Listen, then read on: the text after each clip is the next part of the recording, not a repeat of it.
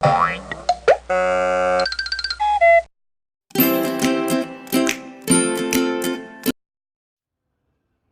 you thought Big Ben is the largest clock in the world, you were wrong. The world's largest clock is Makkah Royal Clock Tower, which is approximately 1971 feet tall.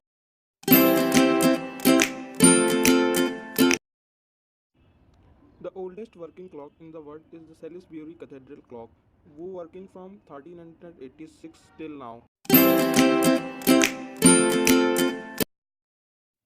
When you look at a clock, you have noticed the second hand clock has freeze for a moment. On this time, your brain is actually generating a false memory and your perception of time stretches slightly backward.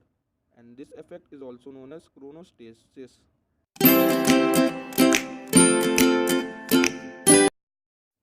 If you ever thought, why do we say o'clock while telling time? If you don't be so worried. The o'clock tradition is said from around the 15th century when clock was invented. On this time, time is understood by men by seeing the direction of the sun or pendulum clock. And after the pendulum clock was invented, some people have pendulum clock and some have not. The pendulum clock has tell correct time and by seeing sun, this was just a guess. So people want to make difference between them and then O clock is added after the pendulum clock time. O is just a representation to make difference between sun and clock.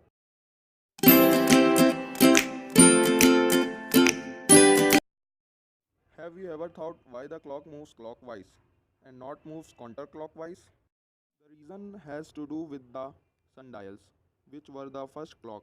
The first sundial was made in Greek, which were located in the northern hemisphere, which means that from our point of view, the sun appears to move across the sky in a clockwise direction, and the sundial also formed their shadows in a clockwise direction.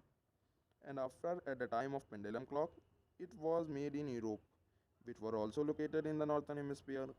So Christian Huygens, who was the inventor of pendulum clock, has decided to make a clock that move in a clockwise direction. I hope you enjoyed our video.